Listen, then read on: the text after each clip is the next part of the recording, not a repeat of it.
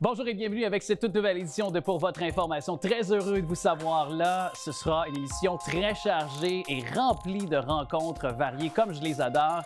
Notamment parmi ceux-ci, il y a Roxane Fillon qui sera là pour nous présenter son plus récent album Chansons oubliées. Aussi, la guignolée des médias, c'est le 7 décembre prochain. On va en jaser avec deux intervenants. Nick Arontou, qui est l'annonceur maison des matchs du VC Laval, vient nous présenter les résultats les plus récents de cette formation de hockey. Aussi, on va bavarder sur la dictée PGL avec M. Gérin-Lajoie et Mme Monique Brodeur. Aussi, Jean-Pierre Dauteuil, qui est un co-auteur d'un livre sur les Nordiques de Québec.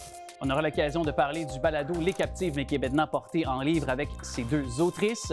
Aussi, M. Robert David, qui est du chœur philharmonique du Nouveau Monde, Basse-Laurentide, viendra nous présenter des événements liés à cette chorale. Et aussi, on aura l'occasion de parler d'Opération Nez Rouge avec J.P. Lemay. Nicolas Vincent Poirier va nous parler de cinéma. On parle aussi avec un jeune ambassadeur lavallois de ce mouvement qui est le 24 heures de Tremblant qui aura lieu prochainement. Et on débute tout de suite avec Christine Pagé, psychologue, qui viendra nous parler de fatigue décisionnelle. Voilà, bonne émission.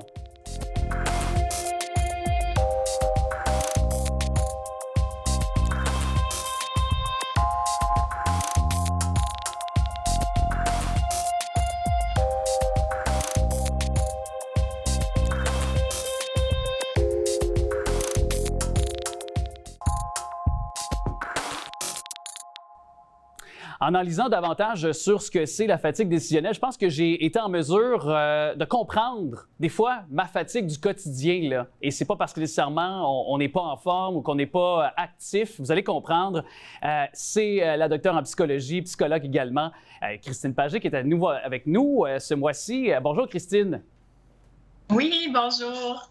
Donc, c'est des gestes du quotidien, finalement, la fatigue décisionnelle. C'est pas nécessairement lorsqu'on a à prendre des grosses décisions que sont, par exemple, un changement de carrière ou l'achat d'une maison, par exemple. Effectivement, c'est plus les petites décisions qu'on prend tout au long de la journée. Ça peut être des plus grandes décisions aussi, mais tout simplement le choix de nos vêtements le matin, qu'est-ce qu'on va faire comme repas au souper ou si on est au restaurant, qu'est-ce qu'on va choisir. Fait que c'est l'ensemble des petites décisions dans la journée. Et plus il y en a, comme au travail par exemple, plus la fatigue peut s'installer, évidemment selon notre état de santé, selon qu'on a eu une bonne nuit de sommeil la nuit d'avant, etc. Mais c'est pas nécessairement les grandes décisions de la vie, là, effectivement. Les causes de ça, les effets aussi négatifs, est-ce qu'on les connaît à court, moyen terme, par exemple, et plus long terme par la suite? Bien, ça peut amener une certaine paralysie du cerveau, hein, où là, on se sent perdu, confus, on ne sait plus, justement, on arrive au restaurant, on ne sait même plus qu'est-ce qu'on va choisir, on ne sait plus comment on va s'habiller ce matin. Et ça, c'est une chose. L'autre chose, c'est que ça peut amener des décisions trop hâtives, donc avec un peu d'impulsivité, trop spontanée, où on n'a pas assez réfléchi parce qu'on se sentait bousculé par le temps, pressé, puis dans l'urgence, puis là, on ne prend pas nécessairement la bonne décision. Quand c'est des choses un peu plus importantes, c'est sûr, là. Oui. Puis, qu'est-ce qu'on peut faire finalement pour, disons, les stratégies pour éviter là, de surcharger notre esprit, ni plus ni moins? Bien, on peut déjà hiérarchiser par rapport à nos besoins de la journée. Hein. Par exemple, si on parle de repas, si on parle de vêtements, on peut simplifier ça, c'est-à-dire soit choisir le soir d'avant pour les vêtements, établir notre menu pour la semaine, pour le mois. Tu sais, essayer d'avoir le moins de petites décisions à prendre à tous les jours. Fait que ça, c'est une façon de faire. C'est sûr que si on sent vraiment plus dans le brouillard mental à la fin de la journée, peut-être prendre une demi-heure de repos après le travail, aller marcher, méditer, je sais pas, prendre un bain, mais tu sais, se reposer, là, prendre un moment de repos pour le faire. Simplifier les choix qu'on a à faire aussi, là, essayer d'en avoir le moins. Je sais qu'il y a des grands hommes de ce monde qui portent à peu près toujours le même type de vêtements pour avoir le moins de décisions à prendre. Je me sens pas visé. Non. Tant mieux. Oui. Mais je sais qu'il y en a qui sont connus pour ça. Là. Je pense que c'est Mark Zuckerberg, des hommes comme ça qui ont toujours le même kit, qui n'ont pas au moins à décider là, de petites choses simples de la vie. Ça peut être une façon de faire, entre autres. Oui, et moi, je retiens, et je ne sais pas si tu vas renchérir, mais justement, ma psy qui m'a déjà justement donné cet exercice-là et que lorsque j'en ai besoin, évidemment, je le sors du sac à outils, je l'utilise. Ayant quand même un gars, ça paraît presque pas, de gars, tu sais, de stressé puis de bien intense dans la vie. Puis, tu sais, bon, on a une vie assez, active de toute façon d'emblée pour tout le monde, mais moi, c'est mon quotidien. Et elle me disait, accorde-toi un 30 minutes par jour, là, souvent avant de te coucher, là, puis fais le vide. Donc, prends ce 30 minutes-là, tu penses à tout ce que tu aurais pu faire la meilleure des façons, tu repenses à ta journée, tu repenses à peut-être un constat où tu as échoué ou du moins à une situation que tu aurais voulu peut-être autre. Canalise ton stress pendant ces 30 minutes-là.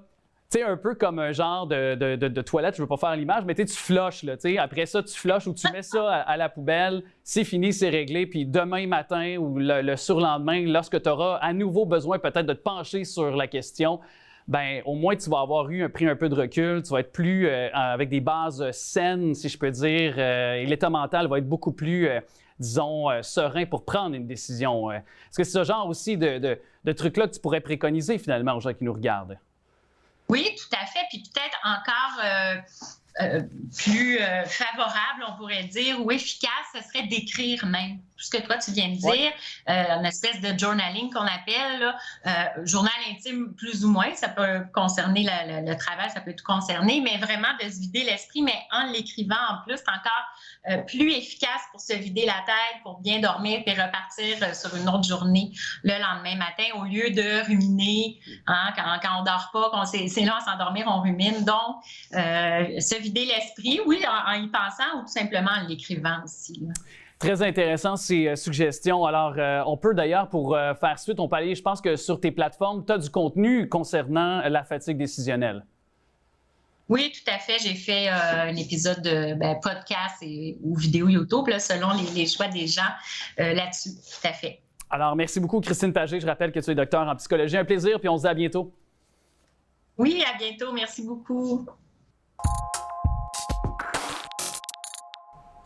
Je suis très content de l'accueillir. Il y a tellement d'affaires qui se passent dans sa vie, plein de beaux projets pour soit la fin de l'année, puis évidemment aussi l'année 2024 qui est déjà fort chargée à son agenda. C'est Roxane Filion qu'on accueille, qui vient tout juste de lancer un beau projet du nom de Chansons oubliées. Salut Roxane! Allô? Alors, je me sens un peu comme dans mon salon présentement, parce que non seulement parce que moi, chaque samedi, tu fais partie évidemment des choristes avec En direct de l'univers, mais aussi bien sûr parce qu'on se connaît bien, comme on va le dire aussi aux gens qui vont être témoins de la conversation au cours des prochaines minutes. Chansons oubliées.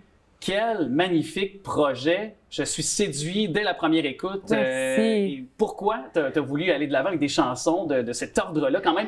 Chansons qui sont un peu oubliées pour la plupart, mais qui demeurent quand même fortes dans notre répertoire. Oui, bien en fait, ça fait longtemps que je cherche le projet à faire comme chanteuse soliste. Parce que j'ai été choriste et je le suis encore et j'adore le métier de choriste. Puis ce projet-là est arrivé un petit peu comme une surprise dans ma vie. J'étais à l'île aux Coudres à l'été 2020, cet été 2020. Ouais.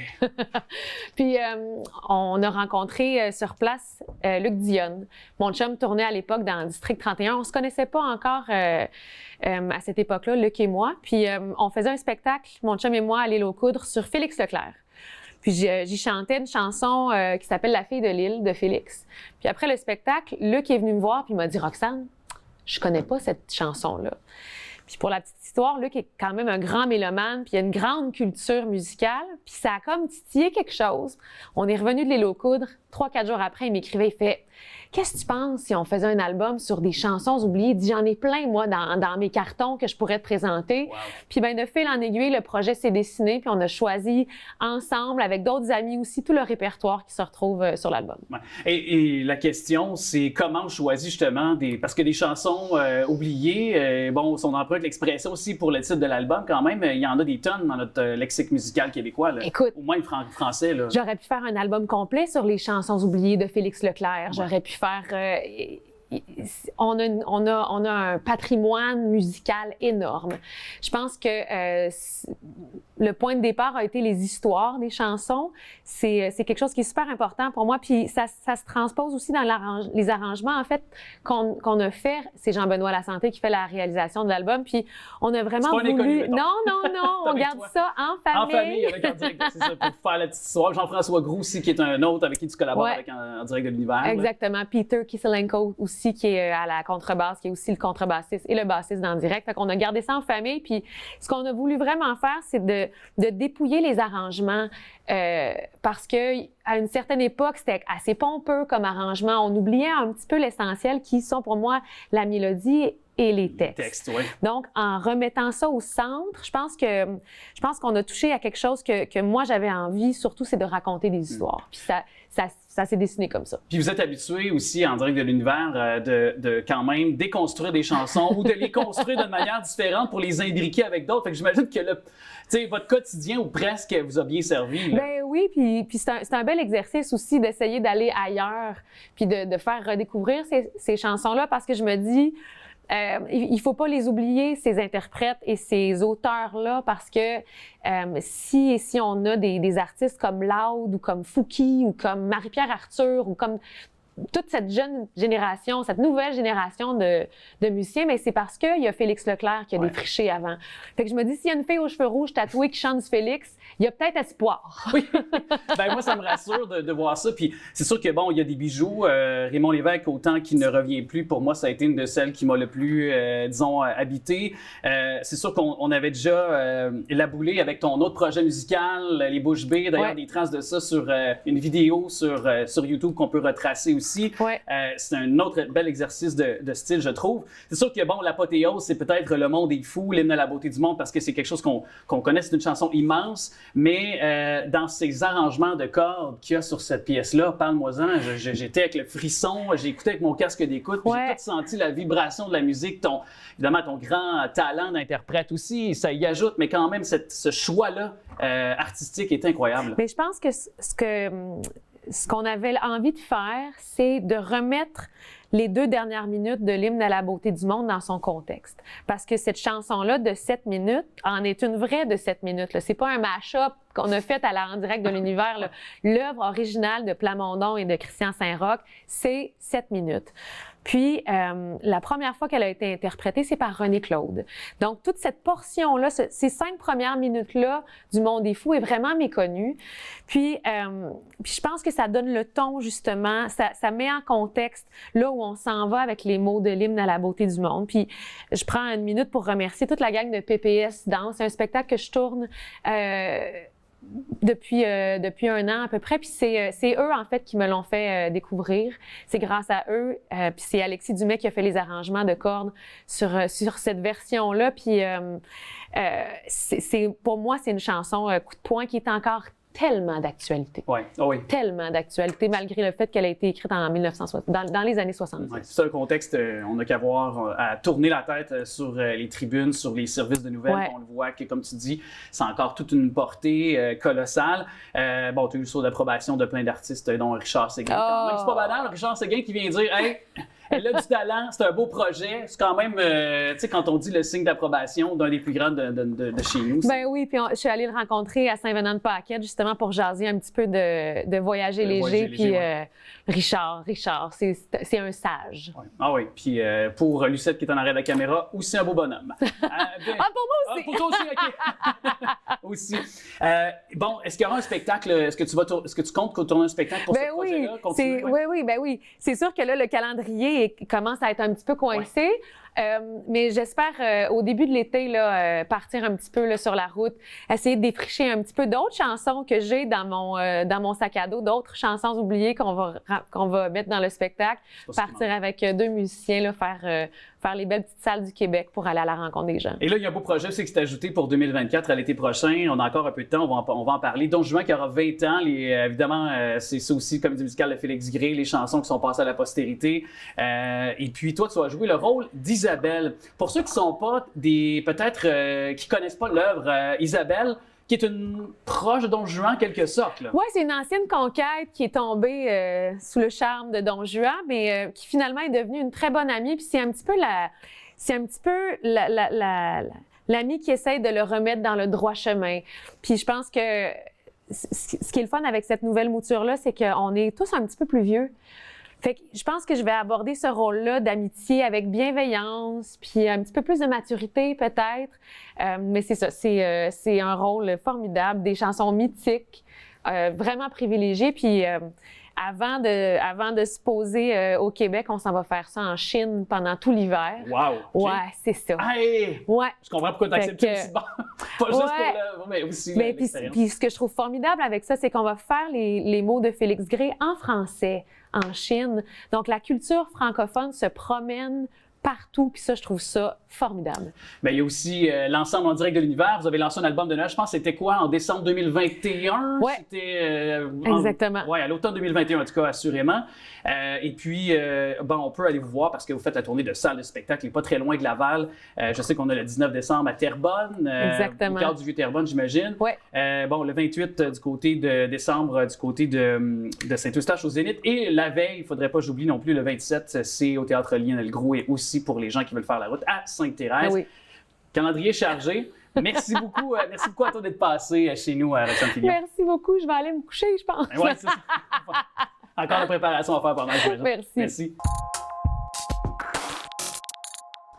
La guignolée qui s'est enclenchée le 24 novembre, mais ce sera concret peut-être plus pour vous dans les rues le 7 décembre prochain. Il y aura des bénévoles, des gens qui vont recueillir vos dons, les denrées également qui sont possibles. Puis pour faire suite un petit peu à cette présentation, c'est qu'on dit que les banques alimentaires ont aidé pas moins de 872 000 personnes chaque mois cette année, ce qui représente une augmentation de 30 % par rapport à 2022 et de 73 % par rapport à 2019. Ils sont parmi les artisans qui vont faire de cette prochaine cueillette, j'en suis persuadé, une réussite parce qu'on fait appel à votre générosité. Et à mes côtés, j'ai M. Romain Duguay qui est directeur général de la Société Saint-Vincent-de-Paul du Grand Montréal. Bonjour. Et bonjour. Merci à vous aussi, M. Gagnon, Jean Gagnon, directeur général de Moisson Laval, d'être avec nous. Merci. Merci beaucoup. Les besoins sont criants. Je me tourne vers vous deux. Le profil des gens qui ont besoin et qui font appel à la banque alimentaire de vos organismes respectifs, ça a changé un peu, ça a évolué depuis quelques années, là. Oui, effectivement, le profil a changé, mais on aide les gens de tous les sphères de société, que ce soit des gens aînés, des familles monoparentales, mais on voit aussi beaucoup de gens qui ont, avec leur emploi, ne réussissent pas à combler leurs besoins alimentaires, donc on voit de tous les sortes. Ouais. Et sur le territoire lavallois, on en a parlé un petit peu avant d'ouvrir les caméras, mais j'aime ça sortir des chiffres aussi pour bien l'illustrer aux gens.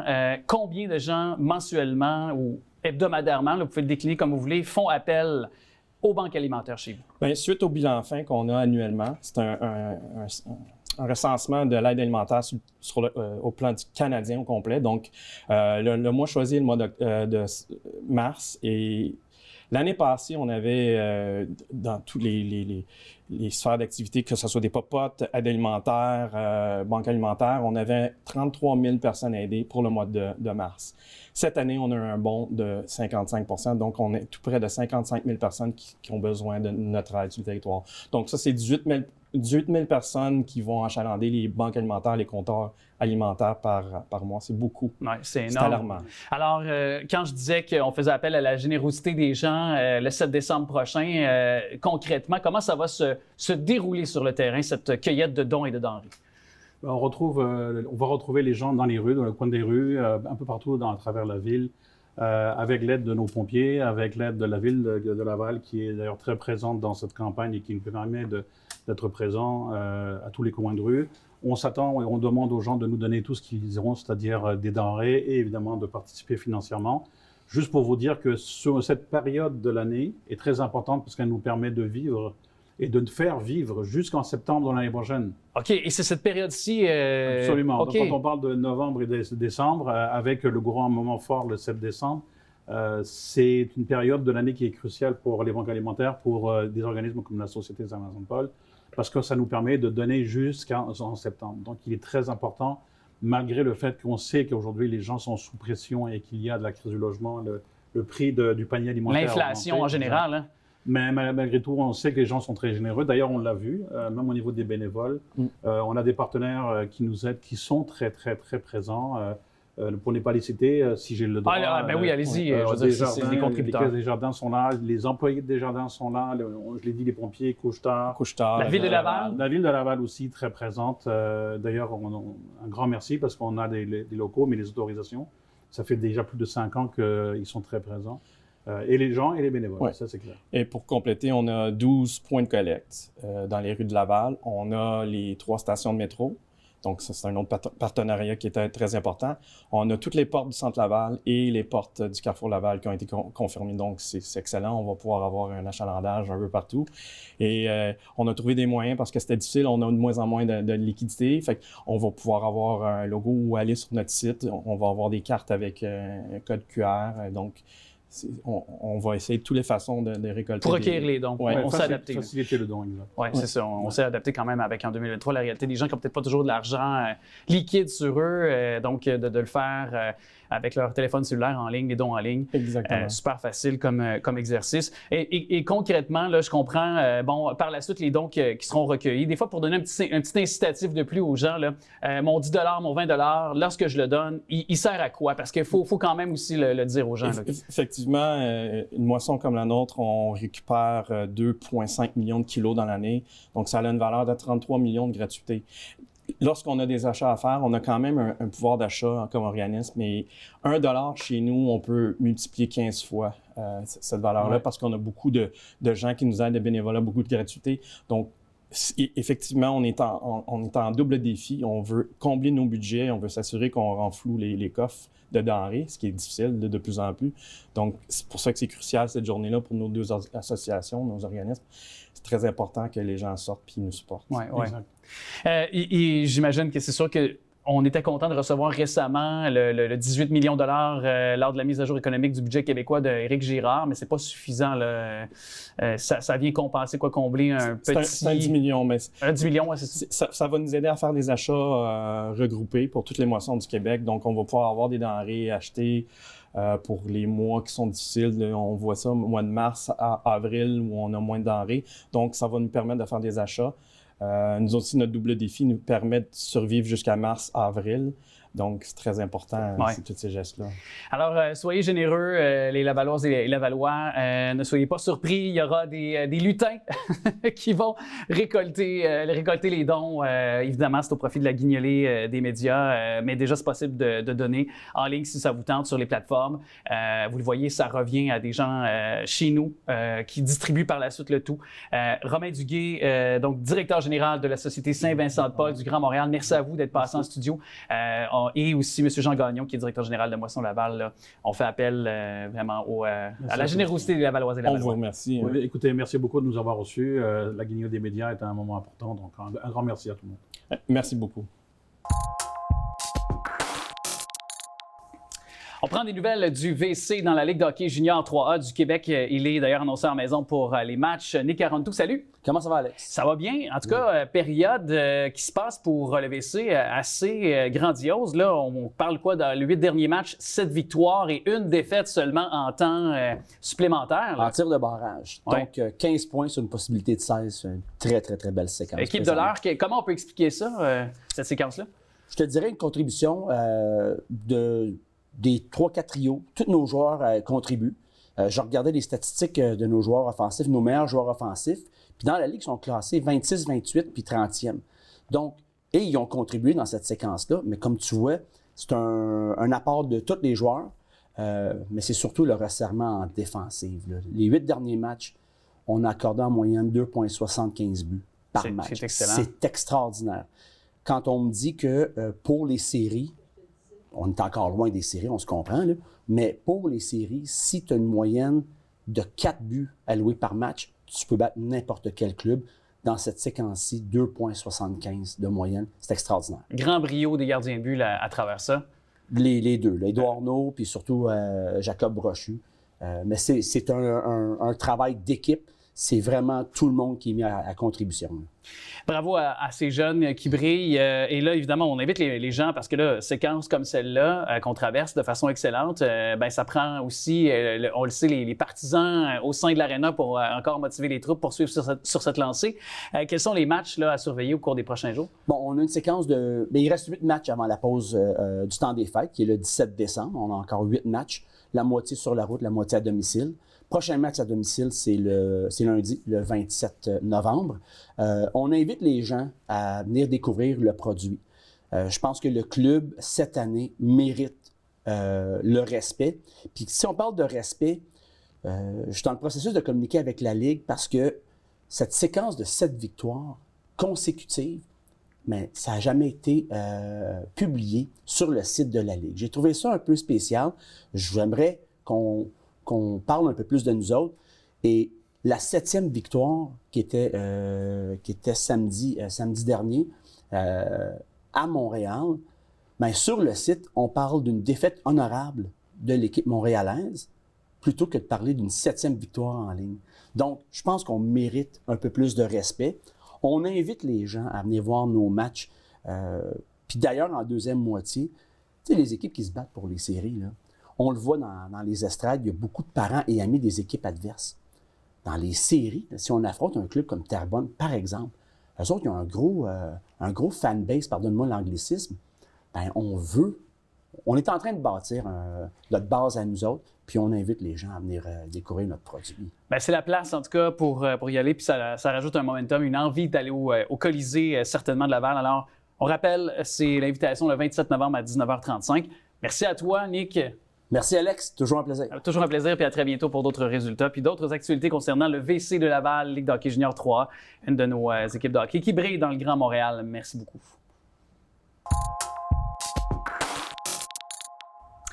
Très honoré et enchanté d'accueillir à la fois par le truchement de la technologie et aussi en présentiel pour employer un mot qui est devenu à la mode depuis quelques années. Puis quand il est question de mots, je vais quand même encore plus avoir un langage soutenu, je pense, compte tenu des circonstances, avec Mme Monique Brodeur, qui est présidente du Conseil supérieur de l'éducation, qui est avec nous, et M. François Gérin-Lajoie, qui, lui, est président du CA, donc du Conseil d'administration de la célèbre Fondation Paul Gérin-Lajoie, qui porte le nom de son papa, d'ailleurs. Je pense qu'on doit l'avancer, ça aussi. Bonjour à vous deux. Merci. Bonjour, Alex. Bonjour. Vous nous annoncez un partenariat. Quel est-il, ce partenariat, pour l'expliquer aux gens? En fait, dans le cadre de la 33e édition de la DQTPGL qui porte cette année sur le leadership et les compétences de vie, on a pensé que, comme il y avait par le papa Paul Gérin-Lajoie et les célébrations autour du 60e anniversaire du ministère de l'Éducation, on s'est dit qu'il y avait aussi probablement d'autres anniversaires, et c'est Monique Brodeur, la présidente du Conseil supérieur de l'Éducation, qui nous a approché elle-même pour nous dire que le Conseil a été créé aussi dans la première année du ministère. Alors, elle s'est dit, on aimerait bien s'associer à la DQTPGL pour cette année. Alors, voilà comment est née cette initiative. C'est grâce à Monique. Oui. Et il faut quand même aussi expliquer aux gens, peut-être pour ceux qui connaissent la petite histoire et peut-être pour ceux qui sont plus jeunes comme moi, mais j'étais au courant venant d'une famille très politisée quand même. Mais c'est votre papa qui a créé, si je ne m'abuse, le ministère de l'Éducation, qui porte le nom Paul Gérin-Lajoie de la Fondation. Alors, on parle de l'équipe du Tonnerre, l'équipe de Jean Lesage en 1960 qui prennent le pouvoir après plusieurs années de l'Union nationale. Et effectivement, à l'époque, il y avait strictement un ministère de l'Instruction publique. Il n'y avait pas de ministère de l'Éducation. Et mon père s'est mis rapidement à l'ouvrage pour créer ce ministère-là en 1964. Et rapidement, c'est pas peu dire. C'est pas peu dire. Les polyvalentes qui ont poussé par la suite, les cégeps qui ont été créés chez nous, inspirons. Je pense qu'on était allé en France aussi voir un peu le modèle. On avait fait un peu le tour pour voir un peu comment ça fonctionnait quand même. Et donc, c'est quand même comme une sorte de retour aux sources pour vous, M. Gérin-Lajoie. Est-ce qu'on peut dire un peu de connexion avec le legs de votre père puis de le ramener en 2023? Est-ce qu'on peut dire un peu à travers tout ça? Tout à fait, exactement. Et puis, on va tenter de faire cette célébration avec, évidemment, le Conseil supérieur. Mais pour nous, c'est sûr que c'est un événement important à la Fondation Paul Gérin-Lajoie. Et on va aussi manifester un petit peu cet intérêt-là à travers la dictée PGL, c'est clair. Je me tourne vers vous, Madame Brodeur. De quelle façon ce partenariat va pouvoir, pour vous, le Conseil supérieur, peut-être être fructueux, j'oserais dire, et peut-être profiter là, au Conseil supérieur de l'éducation? En fait, le Conseil supérieur de l'éducation est là pour veiller à ce que la population bénéficie de la meilleure éducation possible, en conseillant notamment là, les ministres de l'Éducation et de l'Enseignement supérieur. Puis, dans le cadre de la dictée PGL, c'est une première occasion pour le Conseil de se rendre jusque dans les foyers, dans les familles, auprès des enfants puis de leurs parents. Donc, de ça, on est très contents. Puis, on a aussi la possibilité, grâce à la Fondation Paul Gérin-Lajoie, de rédiger le texte, justement, qui sera donné en dictée lors de la grande finale. Donc, on a déjà commencé là, l'écriture, puis on a déjà préparé aussi du matériel là, qui sera envoyé dans les familles. Finale qui aura lieu pour la 2e fois à Québec. Alors, normalement, la finale a lieu internationale à Montréal, mais on va être à Québec, à l'Université Laval. Et vous avez parlé tantôt du thème. Comment on définit le thème annuellement? Moi, ça m'a toujours fasciné, la dictée PGL, chaque fois, de voir les thèmes qui changent et tout ça. Comment on l'a défini cette année? En fait, c'est en groupe, à l'intérieur même de nos collègues. On le fait à chaque année de cette façon-là, de même que la thématique. Alors donc, mais depuis 5 ans, on est aussi associé avec Affaires mondiales Canada. Donc, on travaille beaucoup sur les questions de développement durable et les objectifs du millénaire. Alors, donc, c'est dans ce contexte-là qu'on a une entente pour 5 ans où on développe la thématique avec Affaires mondiales, mais aussi avec notre équipe à l'interne. Il faut savoir qu'on va probablement rejoindre notre 8 millionième participant à la dictée PGL cette année. 8 millions. Wow! C'est impressionnant en 33 ans d'existence, qui est devenu, on le sait, dans toute la francophonie, parce que ça ne se limite pas qu'au Québec non plus, la dictée PGL. Je pense que c'est bon de le rappeler aussi. Et puis, pour vous, parce que le cursus scolaire à travers les décennies a changé. Hein, on va se le dire, là, la façon d'enseigner le français aussi a changé. Est-ce que justement, puis je veux vous entendre là-dessus les deux, est-ce que la dictée PGL n'a, elle, pas pris encore plus d'importance pour garder une qualité du français chez nos jeunes, chez nos écoliers? Parce que, comme je le dis, puis on le voit, il y a beaucoup, malheureusement, de baisse de gens qui utilisent le français de façon commune et courante dans leurs relations. On le voit à Montréal, qui c'est un cas, je pense qu'il n'y a pas une semaine ou il n'y a pas un mois où on ne voit pas des statistiques ou des sondages qui y sont faits, même dans notre travail du quotidien, avec les collègues aussi. Alors, je le place un petit peu en contexte comme ça, mais je veux vous entendre là-dessus pour vous. Alors, on a une équipe de pédagogues, évidemment, qui s'assure de suivre le cursus scolaire. Ça, c'est depuis le tout début. En plus, on a utilisé chez nous un code de couleur pour les différents niveaux, ce qui a beaucoup aidé dès le départ à intéresser les enseignants et les enseignantes. Parce qu'effectivement, selon le code de couleur, s'il y a des élèves qui sont plus avancés dans la classe, ils peuvent aller un peu plus loin, ou si c'est le contraire, aller un peu moins loin dans la programmation de la dictée PGL. Alors ça, on s'est beaucoup fié aux pédagogues pour réussir ceci, et on fait la même chose à chaque année. On consulte le ministère de l'Éducation pour voir qu'est-ce qu'il y a eu comme changement. Alors, on a vraiment une grande équipe de pédagogues. Puis cette année, bien, on est très fiers d'être appuyés par le Conseil supérieur de l'Éducation, qui va justement rédiger cette dictée finale. Alors, je peux demander à Monique aussi comment elle voit les progrès qui ont été faits au niveau de la langue française depuis quelques années. Si vous le voulez bien. C'est entendu. Le Conseil supérieur vraiment fait la promotion du respect et de la valorisation de la langue française dans tous les domaines, que ce soit au niveau de l'apprentissage chez les jeunes, jusqu'à l'utilisation du français au niveau scientifique en milieu de l'enseignement supérieur. Donc, c'est vraiment, je pense, une occasion exceptionnelle de la dictée PGL pour... C'est symbolique. Je pense que c'est rendu un symbole fort au Québec là, de la valorisation du français. Puis, c'est pour ça que le Conseil, au fil des ans, on va continuer, je pense, peu importe comment on évoluera là, dans la situation à venir, mais par rapport justement au respect de la langue française et à son utilisation là, de façon optimale dans tous les contextes de la vie. Bien, en tout cas, merci d'être passé pour nous rappeler à quel point la dictée PGL et vous, bien sûr, le Conseil supérieur de l'éducation a vraiment son importance, sa signification pour continuer à nous guider et à maintenir cette qualité de notre magnifique langue qui est le français, la langue de Molière. Tous les liens sont tout bas de l'écran pour savoir comment participer évidemment à la dictée PGL, parce que c'est aussi une façon de rappeler qu'on s'y prépare quand même pour nos jeunes, ceux qui aimeraient aussi s'y initier. Merci beaucoup à vous. Peut-être un petit message de fin. Oui. On est un petit peu inquiet, évidemment, avec la grève en ce moment. Oui. Mais c'est juste pour vous dire que les inscriptions à l'active vont très, très bien cette année. Alors, on espère qu'effectivement, les enseignants et enseignantes se joindront à nous. C'est un projet humanitaire, il ne faut pas l'oublier. Oui, c'est vrai aussi. Merci de l'avoir rappelé. Merci à vous deux. Merci beaucoup, Alex. On va évoquer pas mal de souvenirs dans les prochaines minutes pour les nostalgiques de cette rivalité canadien-nordique. Soyez témoins de cette conversation parce qu'il est le co-auteur avec son neveu, donc c'est une histoire familiale, Jean-Philippe Otis, et c'est Jean-Pierre Dauteuil qu'on accueille, auteur de l'épopée des Nordiques. Bonjour! Hey, bonjour Alex. Merci d'être avec nous autres. Pourquoi cet ouvrage? Parce qu'il y a eu quand même plusieurs ouvrages sur les Nordiques, documentaires, mais pourquoi pour vous c'est important là, de faire cet ouvrage-là? D'abord, merci de l'invitation, c'est fort apprécié. En fait, nous, on avait fait un documentaire il y a plusieurs années sur les Nordiques, sur l'histoire des Nordiques, AMH et Ligue nationale. Et je trouvais que dans ce documentaire-là qu'on avait fait, on avait touché à la portion AMH, mais pas beaucoup. Et au fil des ans, et d'ailleurs l'an passé, c'était le 50e anniversaire de la création de l'AMH, la création des Nordiques également, et je trouvais qu'il n'y avait pas beaucoup de choses qui avaient été faites. Et quand tu parles avec des gens, oui, mon âge, 50 ans et plus, mais plus bas, les gens de l'AMH, ça leur dit pas grand-chose.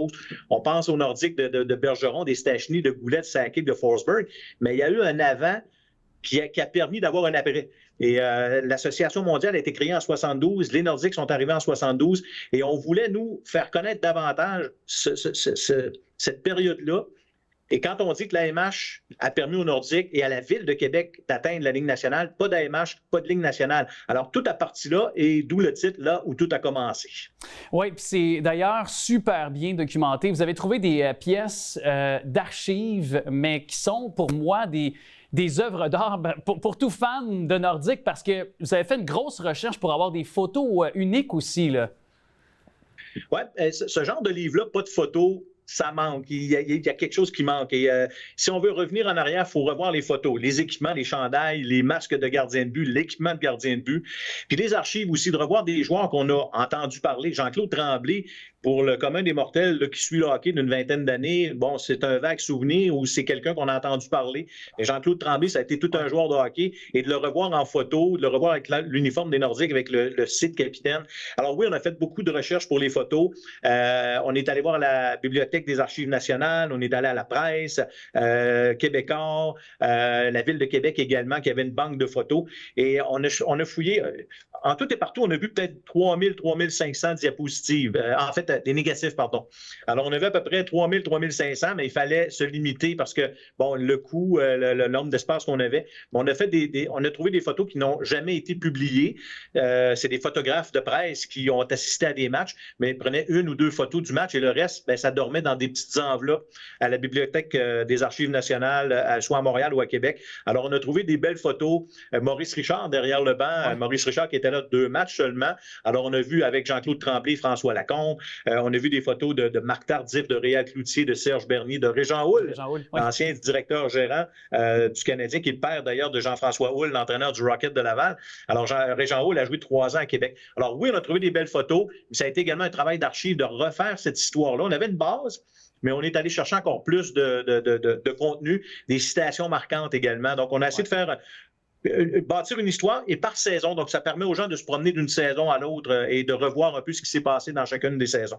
Mais est-ce qu'on peut dire que le point culminant de l'histoire des Nordiques dans l'AMH avant de faire, d'ailleurs, on était à quoi, à peu près 2 ans avant de faire l'adhésion dans la Ligue nationale de hockey, c'est le championnat de la Coupe Avco et la saison 1976-77. Ça a été là la grosse année des Nordiques qui était menée par les meilleurs joueurs francophones aussi au pays. C'était au sein de l'équipe des Nordiques. Oui, puis c'est le gros noyau de joueurs francophones. Marc Tardif, Réal Cloutier, Serge Bernier, Christian Bordelot, Richard Brodeur, Jean-Claude Tremblay. Il y avait un noyau de Québécois. Il y a Régent Houle également qui était là, mais pas en 77, mais il était là auparavant. Et 75-76, ça a été la grosse année. Malheureusement, il y a eu l'attaque de Rick Giorgio sur Marc Tardif, qui a presque mis fin à la carrière de l'excellent attaquant. Et l'année d'après, on se posait des questions. Est-ce que Marc Tardif va revenir en force? Il est revenu en force, mais il y en a d'autres qui ont pris du galon, notamment Réal Cloutier, qui était tout jeune, 19-20 ans. Et ça a été la Coupe AFCO, la frénésie au Colisée, victoire contre les Jets de Winnipeg et Bob Éole, qui jouait avec les Jets de Winnipeg à l'époque. Et cette année-là, c'est la seule fois que c'est arrivé. Il y a 2 équipes du Québec qui ont remporté le plus gros trophée de sport au hockey professionnel. Le Canadien avec sa puissance équipe et les Nordiques avec la Coupe AFCO. Ça a été le point culminant de cette histoire-là, mais il y a eu plein de petites affaires au cours de cette aventure-là de 7 ans.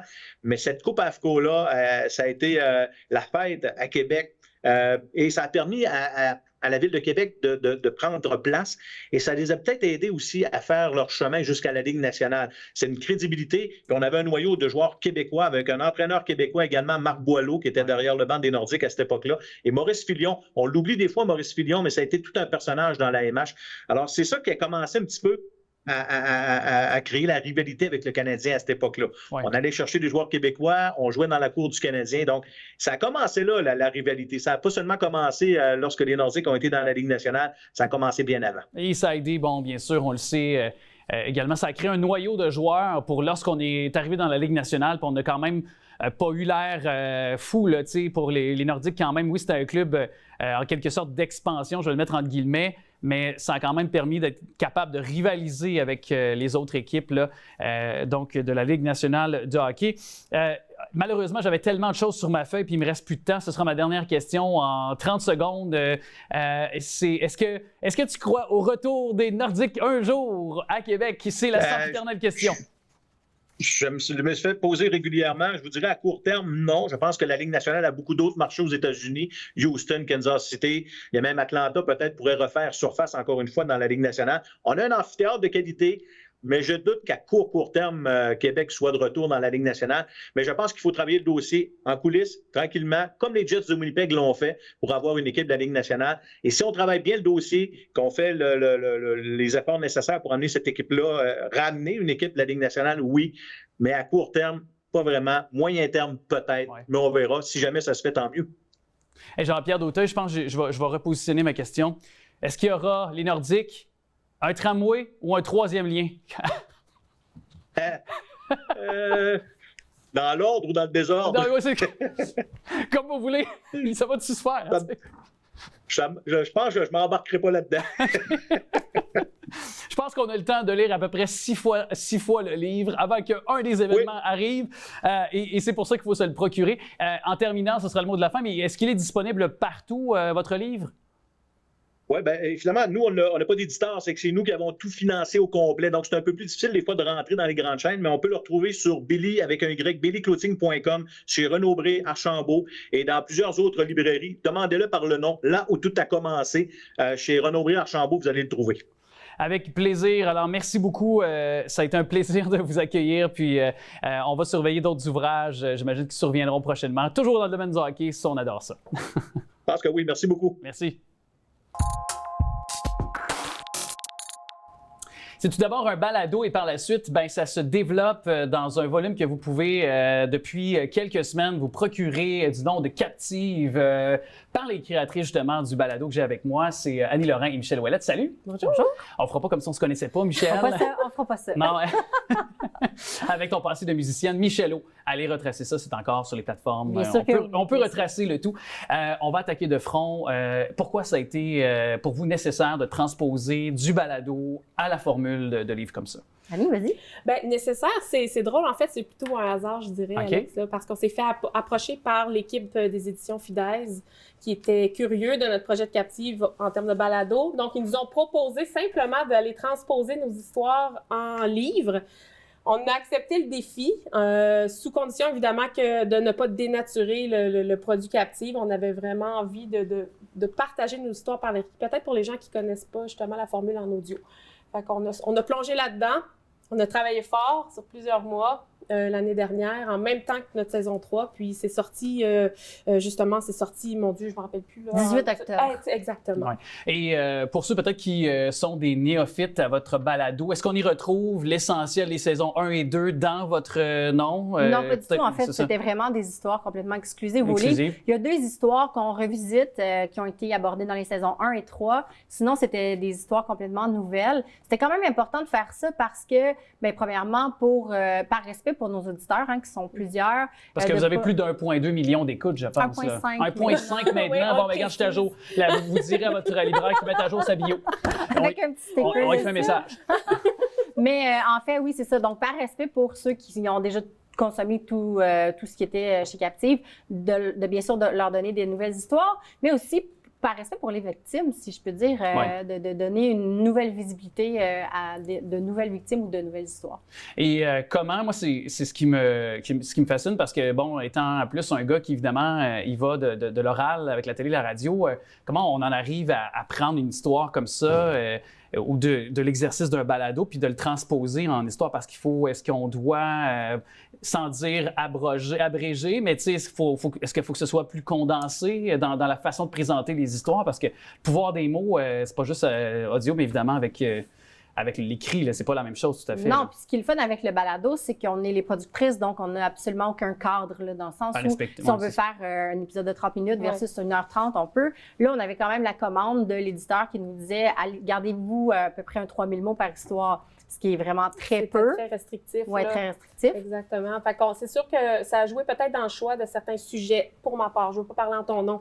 Mais évidemment qu'on ne va pas se lancer dans un sujet qui mériterait une série complète. Là, mais, donc, on y va avec des histoires peut-être un petit peu plus courtes pour être capable d'aller chercher les faits importants, à pouvoir aller vraiment la raconter puis sans la dénaturer. Il y a de ces histoires, entre autres, comme 2 adolescentes qui, en 1967, sont disparues. On a Chappet aussi en 1979. Donc, des cas irrésolus. Est-ce que vous avez toujours espoir quand vous parlez de ces... Parce que je sais que c'est le cas de certains d'autres qui font ce genre de true crime-là, des balados, même des exercices comme le livre. On recevait récemment Stéphane Parent, qui s'est beaucoup investi dans la recherche de quête d'informations. Ça a même permis, dans certains cas, d'expliquer certaines choses aux familles, de même aussi côté policier, de même peut-être relancer certaines enquêtes, d'apporter des éléments nouveaux à ceux-ci. Est-ce qu'il y a un souci pour vous de ça également quand vous faites cette quête-là, quand vous faites de la recherche ou que vous parlez peut-être à des intervenants? Je pense que c'est certain que c'est le rêve ultime de là avoir la candeur ou la naïveté de penser que ça va arriver. Bon, je ne sais pas si on est prêt à aller jusque-là.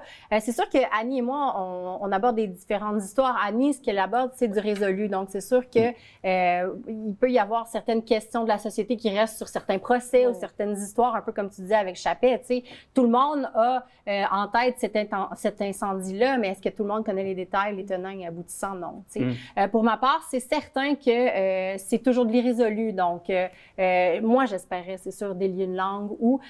Mais on se plaît à dire, on répète, avec les dernières saisons de Captive, puis même avec le livre, on en a eu des comebacks, des gens qui étaient là pendant ces événements-là ou qui connaissaient tel ou tel. Ou on a eu énormément de comebacks. Puis moi, ça m'est arrivé de référer certaines personnes à la SQ en disant, on le répète sans cesse, un micro-détail peut faire la différence. Des fois, la personne qui a vécu ce micro-détail-là pense que c'est complètement anodin, mais ça peut être le pont qui lie quelque chose d'autre qu'il y a au dossier dont on n'est pas au courant. Donc, on encourage les gens que ce soit n'importe quel micro-détail parlé. Oui. Puis des fois, ça permet juste à la lecture de votre livre, quelqu'un qui était témoin, de juste raviver, de faire peut-être la mémoire, la réactiver. Des fois, c'est juste ça. C'est pas que la personne ne va pas nécessairement parler, c'est juste que c'est des faits. Ça fait tellement longtemps qu'on a enfoui tout ça dans un passé, puis à un moment donné, ça revient.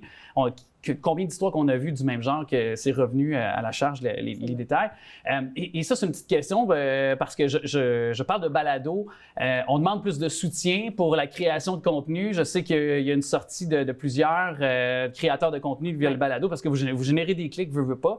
Puis il y en a qui se demandent comment on fait pour survivre et vivre de ça, un balado. Non, mais expliquez-nous. On n'en vit pas, bien honnêtement. Non, c'est un projet, tout d'abord, on le fait par passion. On part ce projet-là par passion.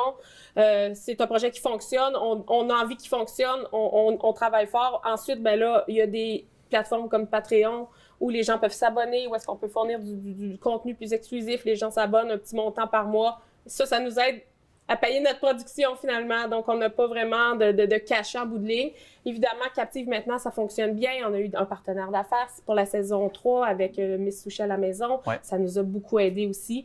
Bref, l'argent qu'on récolte actuellement sert beaucoup à la production puis à faire vivre Captive. Là. C'est ça, parce que certains se demandent, beaucoup se partent des podcasts, puis c'est pas toujours... On veut pas briser les rêves de personne. Non, c'est ça, mais... Si vous avez un travail alimentaire, gardez-le. Je vous le conseille. C'est ça, mais je pense que ce serait nécessaire de de procurer des... Parce que c'est devenu une nouvelle façon, un nouveau modèle d'expression. Ouais. Mais là, je dis un nouveau modèle, mais en même temps, ça fait quand même un 5, 6, 7 ans. Oui, c'est ça. Il serait temps que peut-être on se mette à jour chez certaines instances pour être des bailleurs de fonds, parce que vous contribuez à la culture québécoise. Oui, absolument. Puis, tu sais, sans vouloir, j'irai pas jouer de fausse humilité, quand même, Captive génère énormément d'écoute, tu sais, puis c'est vraiment, les codes d'écoute sont là. Je sais que certaines personnes peuvent penser, ouais, mais pourquoi financer tel ou tel truc, c'est pas écouté ou c'est tellement underground, mais ça l'est de moins en moins. Oui, ben, 1,5 million d'écoutes, regarde, je me suis mis à jour. Bravo. Et déjà, je pense déjà là pour prouver effectivement qu'il y a beaucoup de gens qui sont interpellés, qui aiment ce que vous faites aussi, puis qu'il y a du contenu de qualité qui se fait aussi dans cette formule-là, dans ce médium-là qui est maintenant le podcast, ou si vous préférez, le balado. Ben, merci beaucoup à vous. Assurément, se procurer aussi le livre. Annie Lorrain, Michel Ouellette, merci beaucoup d'être passé. Merci, Alex. Merci beaucoup. Beaucoup de spectacles de Noël qui nous seront proposés au cours des prochaines semaines. Puis souvent, ça se passe dans les églises ou des lieux où on dirait que la musique prend une autre dimension, une autre importance. Je suis vraiment content de vous préciser un spectacle de Noël qui a lieu non loin de chez nous et aussi de la part d'un chœur qui pourrait, je pense, vraiment vous plaire. Il en est d'ailleurs le président chœur du Philharmonique du Nouveau Monde, Basse-Laurentide, M. Robert David. Merci d'être avec nous. C'est un plaisir. Bien, tout d'abord, précisons qui est ce chœur Philharmonique du Nouveau Monde et quels sont vos choix artistiques aussi? Alors, le chœur Philharmonique du Nouveau Monde, Basse-Laurentide, est situé, comme le nom le dit, dans les Basses-Laurentides, mais on ne se limite pas aux Basses-Laurentides. On a des choristes qui viennent, bien sûr, de partout dans les Basses-Laurentides, un peu des Hautes-Laurentides, mais ça vient de Montréal, la Chine, Laval. C'est donc les 80 choristes qui font partie du chœur viennent de différentes régions parce qu'ils veulent travailler avec nous autres et avec le Maestro Brousseau, qui est un chef absolument extraordinaire. Alors, les gens se déplacent chaque semaine pour venir travailler avec nous autres. Là. Des œuvres principalement, nous autres, on se spécialise dans les grandes œuvres pour chœur et orchestre. Alors, c'est toujours les principales œuvres des auteurs classiques, Mozart, Beethoven, Puccini et compagnie, là, et les œuvres complètes pour chœur et orchestre. C'est toujours avec orchestre, un orchestre professionnel, l'Orchestre Philharmonique du Nouveau Monde. Alors, dépendant des spectacles ou des œuvres, dépendant des œuvres, ça va aller de 15 à 40 musiciens. Alors, donc, on offre au public, dans la région des Laurentides, des concerts qui, à mon avis, valent très bien ce qui se fait à Montréal dans ce genre de choses-là. Notre spécialisation, c'est vraiment la musique classique pour chœur et orchestre. Ouais. Est-ce que vous êtes toujours en recrutement de choristes, par exemple? Vous cherchez toujours des nouveaux talents? On cherche toujours des choristes. Bon, comme tous les chœurs, on cherche des hommes. Là, ça, c'est régulier, des ténors principalement.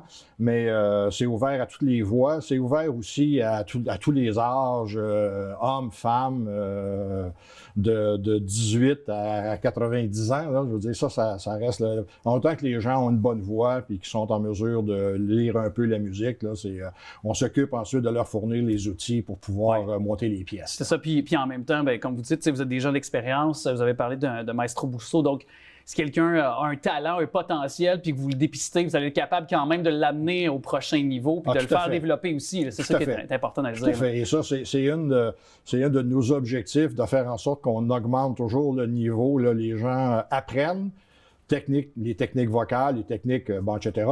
Et avec Michel, les choses avancent d'une année à l'autre. Donc, il y a une spécialisation qui se fait. On a beau être un chœur amateur. En fait, on est amateur parce qu'on n'est pas payé, mais le niveau des concerts est un niveau de type professionnel. Oui, c'est ça que je veux. Puis, je me permets une parenthèse avec vous, puis après ça, on pourra parler des événements qui s'en viennent très bientôt, mais il y a cette recrudescence d'intérêt pour la musique classique. Bon, certains vont dire aussi néo-classique parce qu'il y a des pianistes, je pense à une Alexandra Strelitzky, qui est une des fers de lance parce que c'est une Québécoise aussi, Jean-Michel Blais en est un autre aussi, qui font le tour du monde avec leur musique.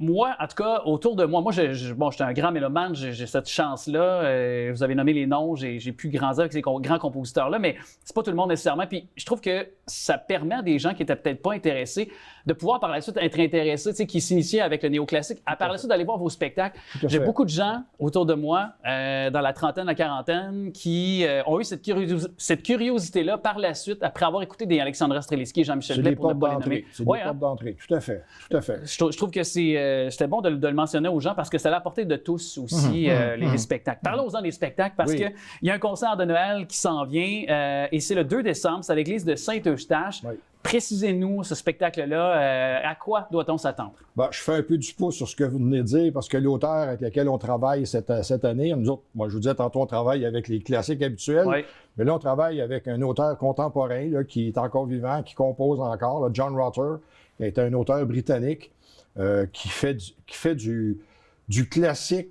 je dirais dire contemporain, mais pas de la musique contemporaine dans le sens un peu difficile. Là. C'est un type qui a été formé au classique et qui compose de la musique beaucoup religieuse, pas nécessairement liturgique, mais religieuse, et qui mêle en même temps le classique genre Handel et compagnie, puis la comédie musicale genre Broadway. Alors, t'écoutes du Rutter, là, puis t'as l'impression un petit peu d'entendre du West Side Story, ce genre de choses-là, mais c'est de la musique religieuse.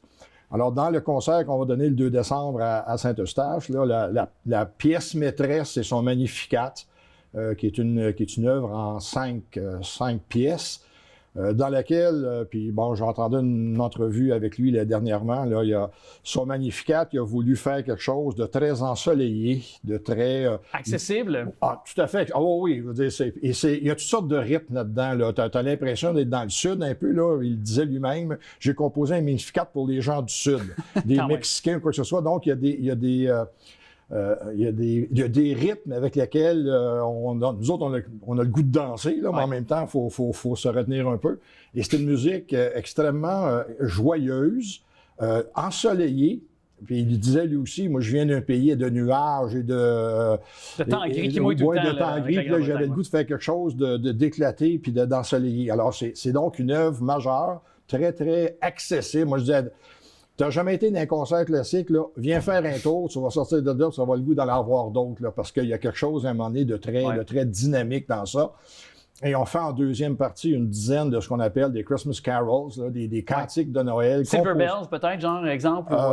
Silent Night, Holy Night, ce genre de choses-là. Mais il y a aussi des compositions de Rutter lui-même qui sont de petits bijoux, mais vraiment de petits bijoux, là, qui pour nous autres sont des défis parce que il y a quelque chose à l'anglaise là-dedans, là, donc un petit peu des fois tranquille, mais en même temps très éclaté. Alors c'est quelque chose d'intéressant. Ça risque d'être fort intéressant, certainement. Puis on sait que lorsqu'on se transpose dans peu importe c'est où, une cathédrale, une église, il y a quelque chose, une dimension qui vient automatiquement, je pense, quand on entend, tu sais, le minuit chrétien, là, on fait l'image, là, mais quand c'était le fameux classique, là, pour ceux qui ont assisté à une messe de minuit, là, puis on entendait là, une voix d'homme là, chaude, puissante là, également, là, il y a toujours quelque chose qui s'empare de nous, les émotions. Là, t'en as 125 qui vont l'entonner en même temps. Là. C'est encore mieux qu'un ampli de guitare électrique. Alors, c'est une invitation, et c'est donc le 2 décembre à 20h, c'est dans l'église de Saint-Eustache. Les liens sont mis au bas de l'écran, mais sachez-le, c'est gratuit pour les 12 ans et moins. Exact. Alors, une belle occasion, c'est d'initier nos jeunes aussi à la cause, à la musique aussi classique. Merci beaucoup à vous. Ça a été un plaisir. L'alcool au volant est la cause de 85 accidents mortels et 225 accidents avec blessés graves annuellement en moyenne au Québec. Puis à Laval, en 2022, le corps policier qui a relevé 288 infractions en lien avec la conduite avec les facultés affaiblies. Oui, c'est une légère baisse en comparaison aux années précédentes, mais on se comprend que c'est encore beaucoup trop. Et c'est un réflexe qu'on a développé depuis 40 ans et 38 ans chez nous. C'est la 38e saison. C'est la saison des parties de bureau. Vous savez quoi faire si vous avez bu. C'est bien sûr Opération Nez Rouge auquel on a recours encore une fois avec cette période du temps des fêtes aussi qui s'installe tranquillement. Et là, je suis très excité parce que j'ai deux vedettes prestigieuses avec moi. J'ai Nez Rouge, bien sûr. Bonjour Nez Rouge. Bonjour, toujours aussi bavard. Et j'ai bien sûr aussi LP Lemay. Pourquoi je dis aussi prestigieux? Parce que LP, à chaque année, on se parle. Oui. C'est quoi ta 10e année en tant que coordonnateur? Oui, absolument. Oui. Et c'est un peu sous le signe de la nostalgie pour toi, est-ce qu'on peut dire ça cette année? Ça va ressembler à une dernière, possiblement, exact. Moi, je prenais goût à t'avoir avec nous à chaque année. Là. Ben, quand j'ai Nez Rouge tatoué sur le cœur, fait que c'est sûr que je vais être dans les alentours, assurément dans les prochaines années. Quand même. En tout cas, je veux saluer ton engagement envers cette cause depuis déjà 10 ans. Cette année, depuis quand et comment ça fonctionne toujours? Rappelons-le pour avoir recours à Opération Oui, Nez Rouges. on est en opération depuis vendredi dernier, le 24 novembre, puis on va être en opération tous les jeudis, vendredis, samedis, jusqu'au 21 décembre et du 21 au 31 décembre là, en continu de 19h30 à 3h, le 514 Mont-41, puis on fait un appel et voilà. Et c'est possible, bien sûr, plus que jamais aussi de s'impliquer sur les plateformes aussi. C'est peut-être la nouveauté cette année, là, parce que je pense que l'application s'est donné un petit vent de renouveau. Là. Exact. Bien, il y a 5 régions qui vont mettre en opération cette nouvelle façon-là de procéder. Donc, ça va être possible maintenant, directement sur l'application Nez Rouge, de demander une demande de raccompagnement par application et de suivre l'évolution de sa demande. Un peu comme un Uber. Exactement. Ah ouais? Okay. Donc, ça va être exclusif là, pour 5 régions, dont la nôtre, Laval-Basse-Laurentide. Et dis-moi, justement, cette année, est-ce que je me trompe, il y a aussi une nouvelle réalité pour ici à Laval? Est-ce que vous desservez un nouveau territoire, un plus grand territoire? Bien, un petit peu, en fait, c'est que la région Mascouche, la Naudière-Sud, était orphelin de maître d'œuvre parce que toutes les opérations Nez Rouge doivent être affiliées à un organisme pour remettre l'argent sous forme de bourse, nous, dans notre cas, à Laval, à des jeunes athlètes. Donc, on remet l'argent au sport et à la jeunesse amateur. Et puis, ben là, pour nous, c'était inconcevable que notre voisin ait pas d'opération Nez Rouge. Donc, on a levé la main. Puis, il y aura une centrale satellite de Laval à Mascouche, la Naudière-Sud. Intéressant. Puis, si quelqu'un, par exemple, est de Laval, a un parti de bureau, mais réside dans une autre région, mettons les Basses-Laurentides là, ou Saint-Jérôme, peut-être Sainte-Thérèse, on va les numérer comme ça. Pour vous, il y a possibilité de faire un transfert, par exemple? Oui, absolument. On parle toujours avec les régions. C'est sûr qu'il faut s'assurer que les régions voisines sont ouvertes aussi parce que c'est pas toutes les opérations Nez Rouge qui sont ouvertes oui. en même temps.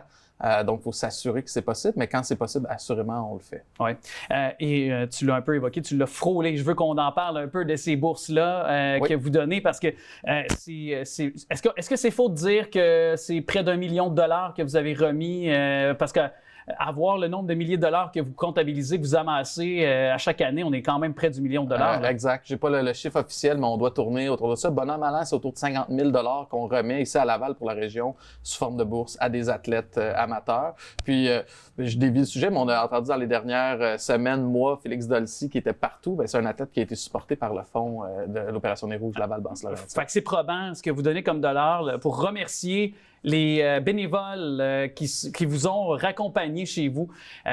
Donc, c'est probant, on le voit avec ce que tu viens de mentionner. Et là, hey, ça fait 10 ans, là, mon cher LP Lemay, que tu t'impliques en tant que coordonnateur du côté de Laval. Tu dois bien avoir des anecdotes à nous raconter, là, puis des petites juteuses, là, mettons, pour finaliser ces 10 ans, là, si tu en as une ou deux. Là. Ben, tu sais quoi? Tu sais que Nez Rouge est à côté. Là. Oui, bien justement, j'ai envie de terminer sur une note festive parce qu'à chaque année, je viens puis je raconte une anecdote un petit peu croustillante, savoureuse de raccompagnement. Il y a aussi des anecdotes savoureuses de bénévoles qui viennent s'impliquer. Puis j'ai été invité à un mariage au mois de décembre de 2 bénévoles qui se sont rencontrés il y a à peu près 10 ans en centrale de l'Opération Nez Rouge. Fait que, oui, il y a des histoires sur la route avec les clients, mais il y a des histoires d'amour aussi en centrale quand on cherche quoi faire pendant le mois de décembre. Mais venez vous impliquer. Peut-être que vous allez trouver l'amour et vous marier dans 10 ans. Qui sait, le nouveau Tinder est Opération Nez Rouge aussi. Nez Rouge, tu es quelqu'un qui forme des couples. On sait que le rouge, c'est la couleur de l'amour aussi. Alors, c'est peut-être pour ça. Il y a tout et dans tout, comme dirait l'autre. Sait-on jamais? Et peut-être sera-t-il célébrant cette année. Et en terminant, je veux qu'on le rappelle parce que c'est un service qui est essentiel. Si on a besoin de se faire accompagner, comment joindre la centrale d'Opération Nez Rouge? Oui, c'est super simple à retenir. Le 514 Mont-41 pour faire un appel ou encore via l'application mobile. Vous téléchargez l'application Nez Rouge puis vous pouvez faire votre demande directement sur l'application. Super simple. Alors, on sait comme opérationnezrouge.com également. Aussi, autre façon probante de joindre Opération Nez Rouge. Je souhaite beaucoup d'appels, justement, et beaucoup de bénévoles, justement, aussi. Hop. Ben, justement, on a un appel, Alexandre. Fait que, comme on est 3, on peut aller faire un raccompagnement. Moi, je me propose. On y va.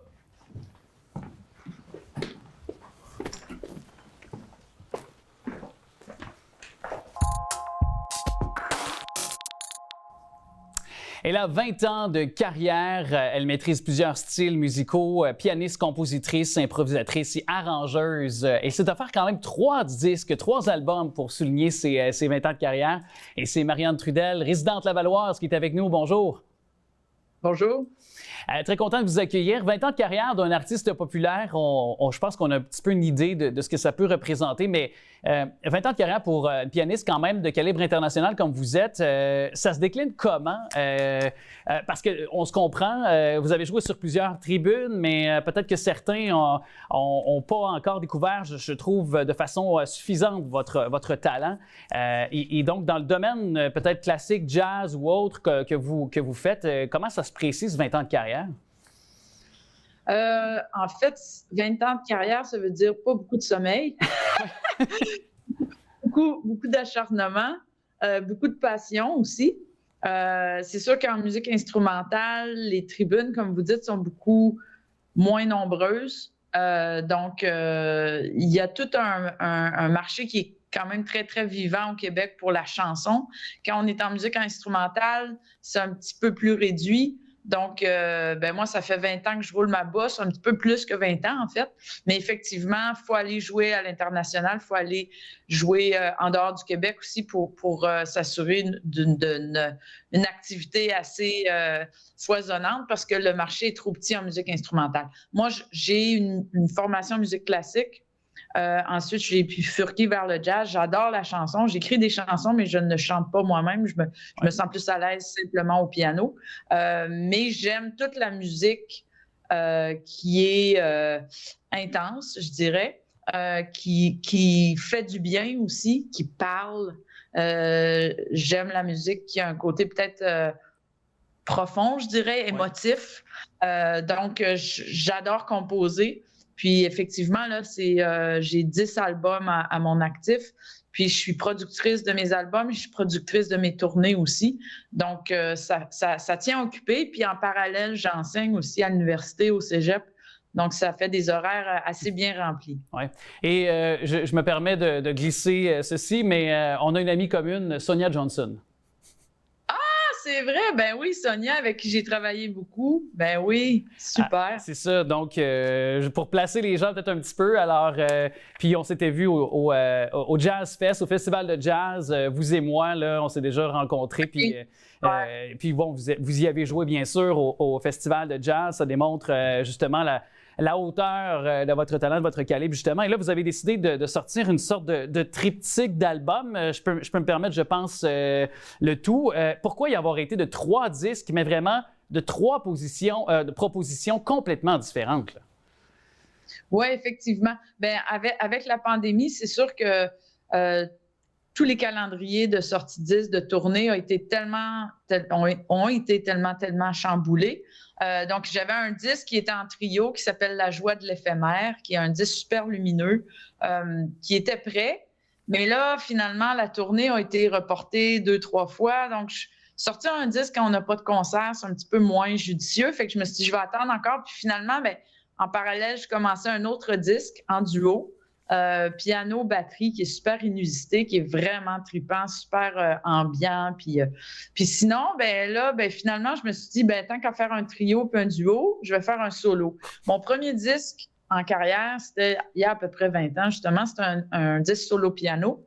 Puis je n'étais jamais retournée au solo piano. J'ai fait toutes sortes d'ensembles.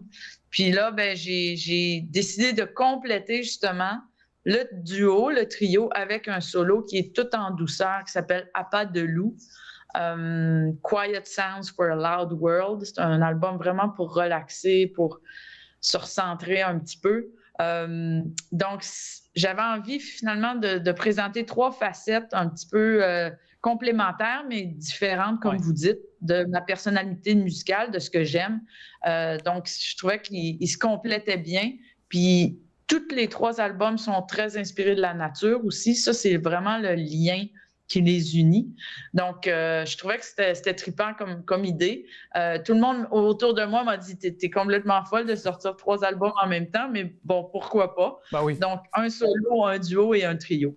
Et est-ce que j'ai bien compris, il me semble que je lisais ça quelque part, l'album ou un album du moins qui a été composé, je pense, en Gaspésie, je crois, puis un autre en hommage un petit peu, en quelque sorte, de votre ami, l'ingénieur de son, Rob Haney, ça se peut? Oui, effectivement. Ça, c'est l'album en trio.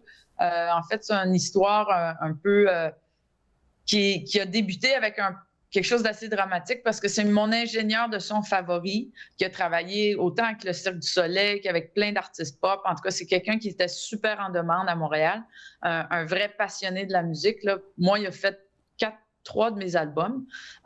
Puis je l'ai rencontré après 1 an et demi de pandémie, on s'était pas vus. Puis il m'a demandé c'est quoi tes projets du moment. Puis moi, d'habitude, j'ai 1001 projets toujours en branle. Puis j'ai dit, ben je t'avoue que la pandémie me paralyse un peu parce qu'il n'y a plus de concerts, donc il n'y a plus le contact avec le public. Puis bref, il m'a encouragée à repartir ma machine créatrice. Puis je voulais le remercier. Il m'a dit, garde, appelle-moi dans 2-3 jours, on va se booker 3 jours de studio, puis ça va te forcer, entre guillemets, à écrire de la nouvelle musique. Puis je partais en Gaspésie en vacances, puis je pensais à mon nouveau projet, je m'en allais l'appeler. Puis ce soir-là, le soir même, quand je suis arrivée en Gaspésie, j'ai appris qu'il était décédé au volant de sa voiture d'un arrêt cardiaque. Puis ça m'a donné un choc incroyable. Puis bon, ben au lieu de faire des randonnées puis tout ça, je me suis centrée puis j'ai composé 9 chansons, 9 tunes en bon français, en 9 jours et 9 nuits. Puis je l'ai dédié à Rob. Puis ça s'appelle La joie de l'éphémère pour nous rappeler la chance qu'on a d'être vivant puis qu'on oublie à chaque jour la fragilité de cette affaire-là. Puis finalement, c'est curieux, c'est ça la beauté de la musique, la beauté des arts, c'est qu'un événement assez tragique, disons, au départ, s'est transformé en une musique super lumineuse pour célébrer la vie, finalement. Donc, c'est un peu la genèse de cet album-là. Eh bien, on découvre en ce moment sur toutes les plateformes dont les liens sont au bas de l'écran, vos albums. Marianne Trudel, merci beaucoup de nous avoir parlé. Un grand merci à vous. Bonne journée. 2 films sont abordés lors de cette prochaine conversation avec notre expert cinéma. Tout d'abord sur la plateforme Netflix et aussi au Cinoche. Nicolas Messampoirier, salut. Salut Alex. Abordons tout de suite le film de Killer sur Netflix. Je pense que tu as beaucoup aimé. Puis je pouvais déjà le savoir que tu allais aimer. C'est ton style de film, ni plus ni moins. Surtout que c'est un cinéaste émérite. Oui, David Fincher. Un excellent réalisateur, un de mes préférés, qui a réalisé le film The Killer, le 2e film pour Netflix qu'il réalise. En 2020, il avait réalisé le film Mank. Et maintenant, il nous arrive avec The Killer, qui est basé sur une bande dessinée et qui est un des projets que David Fincher voulait faire depuis environ les 20 dernières années. Et bon, ça n'a jamais adonné. Et qu'est-ce que c'est? Dans le fond, c'est une histoire vraiment simple. C'est l'histoire d'un tueur qui rate son coup au début, je ne veux pas en dire trop, et s'ensuit on va dire une espèce de chasse à l'homme internationale, mais comme le tueur le dit, comme c'est rien de personnel. On est vraiment comme dans la tête du tueur et lui, il ne prend aucun plaisir à faire ça, il est froid, il est détaché, il n'y a pas vraiment d'empathie, mais il n'est pas vraiment méchant non plus. C'est un personnage très particulier. Et lui, ce qu'il répète tout le temps dans le film, c'est peu importe ce qui se passe, il ne faut pas le prendre personnel. Et il le dit lui-même, tu sais, c'est pas le meilleur des assassins. Et des fois, on le voit faire des erreurs, comme ce qui arrive au début. Et à quelques reprises dans le film, il fait des erreurs, mais il est quand même très bon. Et lui, dans le fond, il veut se venger d'une certaine façon, parce qu'on comprend que quand un assassin rate son coup, eh bien, il y a des répercussions. Et suite aux répercussions, l'assassin va créer d'autres répercussions et c'est un cercle sans fin. Qui ne finit pas. Mais quand même, précisons que ça faisait un bout de temps que je n'avais pas vu Michael Fassbender au Cinoche, ou du moins sur une plateforme avec un film. On dirait que c'est un acteur qu'on avait un peu oublié de l'écran radar à Hollywood. Oui, sauf que lui, en même temps, il ne faut pas oublier, il a fait la franchise X-Men, il a interprété Magneto, et je pense qu'un acteur comme ça, à un moment donné, quand tu as passé à travers les gros blockbusters, il y a certains acteurs qui ont besoin de se sentir au sommet, d'être des superstars. Tandis que d'autres, comme je présume Michael Fassbender, une fois qu'il a fait le tour des plus gros films Hollywood en passant par les films plus indépendants, eh bien, je pense qu'il a le luxe de pouvoir choisir maintenant. Parce que c'est un excellent acteur et vraiment, je pense qu'à son niveau à lui, on a vu qu'il peut faire à peu près n'importe quel type de rôle et il est excellent dans son personnage. Mais c'est un film, je dirais, c'est pas ce qu'on s'attend nécessairement, un gros thriller avec beaucoup de suspense. C'est très lent comme film et c'est vraiment pour comprendre dans la tête d'un assassin qui se dit comme plus ou moins normal. c'est contrairement à des films comme John Wick, où John Wick, c'est le meilleur et bon, il se bat contre tous les meilleurs. Celui-ci, non, c'est pas le meilleur. Il est correct. Il veut juste vivre sa vie, faire ses affaires. Il n'y a rien d'exceptionnel. Tuer une fois de temps en temps, parce que c'est plaisant. Mais quand il faut tuer, il faut tuer, Alex. C'est la vie. Et au départ, Michael Fassbender, c'était même pas lui qui était censé interpréter le rôle principal. On avait demandé à Brad Pitt d'interpréter le rôle. Mais il ne faut pas oublier que le film, depuis quelques années, avait été en train de développer par la compagnie Plan B. Un des cofondateurs, c'est Brad Pitt aussi. Et finalement, bon, ça a été envoyé à Netflix. Et quel choix judicieux pour Michael Fassbender. Il est excellent dans son rôle. C'est pas un film pour tout le monde. C'est assez lent. C'est sombre. Et c'est violent, oui. C'est violent, mais c'est pas le film le plus violent au monde non plus. Mais la violence est montrée d'une manière très froide. Ouais. Peut-être ce qui la rend un peu plus violente. Mais c'est parce que connaissant ton niveau de tolérance en termes de violence, peut-être qu'au niveau du cinéphile moyen, c'est peut-être violent. Mais ça, c'est une autre affaire. Oh, c'est très relax. Ah, bon, oui. C'est très relax. Allons-y parce qu'on a encore un peu de temps. The Killer qui était sur Netflix, maintenant celui-là qui est au cinéma actuellement. On revient avec la franchise de Hunger Games. Bien sûr, on est ailleurs qu'avec Katniss Everdeen, évidemment, qu'avec Jennifer Lawrence qui avait personnalisé cette jeune héroïne. On revient avec The Ballad of Songbirds and Snakes, qui d'ailleurs, dans sa première semaine d'exploitation, bon pour le premier rang là, au terme du box-office. Oui, tout à fait. 46 millions en Amérique du Nord au numéro 1, puis à travers le monde, on parle de 100 millions de dollars au box-office pour un budget d'environ 100 millions de dollars. C'est le 5e film de la franchise, le premier où Jennifer Lawrence n'apparaît pas. Et c'est un prequel, c'est-à-dire que ça se passe avant les événements. Là. Les événements du premier, ça se passe une cinquantaine, une soixantaine d'années avant.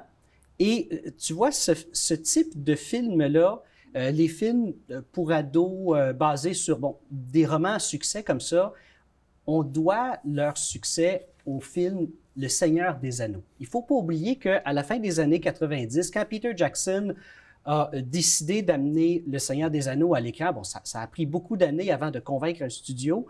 Une fois que ça a parti, Harry Potter a suivi. Et après ça, en est suivi une tonne d'autres films dans le même genre. Twilight, c'est un peu le même principe. Ouais. Twilight, le premier est arrivé en 2008, basé sur des romans fantastiques pour ados. Et bon, celui-ci, Hunger Games, le premier roman est apparu en 2008, premier film en 2012. Et certaines personnes, dont je fais partie, trouvent que, Hunger Games, le problème, c'est que c'est copié un petit peu, le concept est copié sur un film japonais qui date de l'an 2000, un excellent film, pas du tout pour toute la famille, évidemment, qui s'appelle Battle Royale. C'est à peu près le même principe que Hunger Games. La seule différence, c'est que, c'est la même affaire, c'est des jeunes qui doivent s'entretuer, mais il y a du sang. Ouais. Contrairement à Hunger Games. Mais quand même, reste que, on dirait, j'ai l'impression que, est-ce que c'est une façon de désensibiliser les jeunes à la violence avec Hunger Games pour après ça les amener à consommer plus de violence? Ou quand je dis désensibiliser, je dis pas ça négativement, c'est qu'à un moment donné, il faut comprendre la différence entre de la violence au cinéma et ce qui se passe dans la réalité. Il ne faut pas confondre les deux. Mais ce qui est intéressant avec, d'ailleurs, le plus récent de la franchise d'Hunger Games, c'est qu'on reprend là où Snow, qui était incarné par Donald Sutherland dans les premiers volets qu'on a vus d'Hunger Games, on l'a vu vieux, là on le voit jeune et on comprend un peu mieux pourquoi il est devenu peut-être un vilain et pourquoi il a peut-être eu certains choix à faire au cours de sa vie. Puis pour moi, en tout cas, pour l'avoir vu, je trouve que c'est le meilleur de la série, personnellement. J'ai préféré celui-là que ceux qui étaient de Katniss Everdeen et Jennifer Lawrence, ni plus ni moins. J'ai aimé beaucoup. Puis l'esthétisme aussi, le côté fantastique de c'est vraiment de belles. C'est une belle facette du cinéma qu'on exploite de ce côté-là. C'est Francis Lawrence, le même qui a réalisé les 3 derniers films de la série Hunger Games, qui réalise celui-ci. La réalisation, évidemment, c'est un excellent réalisateur. Et il y a beaucoup de gens comme toi, Alex, qui pensent la même chose. Et il y en a à peu près l'autre moitié qui trouvent au contraire que c'est un petit peu trop long comme film et que les 4 autres sont meilleurs. Parce qu'il ne faut pas oublier que ça, c'est une commande. Hein? c'est en 2018-2019, on voulait trouver une façon de faire des spin-offs, c'est-à-dire des films de la même réalité, mais avec des personnages différents. Et c'est là qu'on est arrivé avec ce concept-ci. Merci beaucoup à toi. On va voir ça au cinéma. On se dit à très bientôt. Merci, Alex. Un jeune inspirant, Lavallois, qui est avec nous, qui participe. Il est un des enfants parrainés du côté des 24 heures de Tremblant qui auront lieu du 8 au 10 décembre. Et on a comme projet ambitieux de collecter 25 millions de dollars pour la santé des enfants avant 2027. Il y a plusieurs fondations qui seront lauréats des dons que vous allez acheminer, dont la Fondation Sainte-Justine. Et c'est d'ailleurs pour cette fondation, quand même concrètement, qu'on se mobilise pour ce qui est de Mathis, qui est avec nous, et de sa maman aussi, Kathleen. Bonjour à vous deux. Bonjour. Merci. Mathis, je me tourne vers toi tout d'abord parce que tu es un de ces enfants parrainés cette année. Et c'est lié, entre autres, avec ce que tu as vécu par le passé. Tu as eu, plus jeune, des problèmes de santé. Explique-nous ta réalité, là. Ben, en gros, quand j'étais plus jeune, quand j'étais dans le ventre de ma mère, ils ont vu que j'allais avoir une malformation au dos. Et ensuite, quand je suis née, ben, quelques mois après ma naissance, on a remarqué ma scoliose, ce qui est ma malformation au dos. Puis, à partir de cet âge-là, l'hiver, je mettais des corsets Boston à partir d'ici jusqu'ici. Puis l'été, je mettais des corsets à enlever quand je faisais du sport. Puis en 2019, ils m'ont posé des tiges de métal, ils ont vissé en haut, vissé en bas. Puis maintenant, à chaque 6 mois, il allonge les tiges pour que je puisse grandir. Ouais, c'est ça. Et comment vas-tu maintenant? Ça va bien? Oui, maintenant ça va bien. Je me fais opérer aux 6 mois. Il y a Mathis qui nous raconte ça comme si c'était simple, c'était banal, mais évidemment, quand on reçoit cette nouvelle-là en tant que parent, ça doit être évidemment très triste. Comment on accueille ça en tant que parent par la suite? Puis il faut aussi continuer à vivre par la suite, hein? Oui, effectivement. Il y a une mini-période où est-ce qu'on est triste, effectivement. Mathis s'est un petit peu trompé, mais quand j'étais enceinte, on a su qu'il allait avoir une malformation cardiaque. Donc, la première chose, ça a été une opération au cœur pour Mathis. Par la suite, la scoliose est arrivée, puis effectivement, il l'a bien décrit. L'hiver, il était dans des corsets de plâtre, comme un plâtre conventionnel d'ici à là. Puis l'été, c'était les corsets Boston. Oui, c'est triste, oui, c'est difficile. Mais après la nouvelle, ben, on se retrousse les manches puis on passe au travers. Donc, c'est ce qui nous est arrivé. Puis Mathis, comme vous pouvez le voir, il est de bonne humeur, inspirant. Clairement. Surtout pas défaitiste. Donc, c'est lui qui a été notre phare dans cette tempête-là. Parce que vous devez continuer à l'accompagner, vous devez continuer à être là pour lui, là, ni plus ni moins. Oui, absolument. On est là pour lui. Il se fait opérer maintenant dans sa poussée de croissance à chaque 4 mois. Donc, oui, ça revient vite le temps de la salle d'opération. Donc, oui, il faut être présent. Oui. Mais Mathis, toi, ce qu'on m'a dit, on m'a dit qu'il y avait la soupe de grand-maman. Oui, j'aime bien ça. C'est bien la soupe de grand-maman qui fait une petite différence dans la guérison. Oui. Mais au-delà de ça, tu es un garçon déterminé. Oui. Tu fais plein de sport, je pense. Oui, j'aime vraiment faire du sport. Il faut que mes parents m'arrêtent, sinon j'en fais trop. Puis faut vraiment que mes parents m'arrêtent, sinon j'en fais trop. Et il y a une chose qui est certaine, en tout cas, ça ne t'empêchera pas de skier, toi, du 8 au 10 décembre. Là. Non, je vais être là, sur les pistes. Ah oui, avec ton équipe, d'ailleurs? Oui. Puis on m'a dit que vous avez déjà beaucoup de milliers de dollars d'amassés. Oui. C'est combien, là? Oui, nous sommes presque rendus à 60 000 $. Wow! OK. Et si on veut donner, là, justement, je me tourne vers Kathleen, parce que comment ça fonctionne si les gens veulent vous appuyer durant les 24 heures de Tremblant? On va sur le site du 24 heures Tremblant, puis on recherche soit le nom de son papa ou le mien, Daniel Péloquin ou Kathleen de Repentigny. En recherchant le nom de ces deux participants-là, c'est assez simple, puis ça arrive directement dans notre équipe, puis ça nous aide, ça aide la Fondation, ça aide tous les enfants de Sainte-Justine.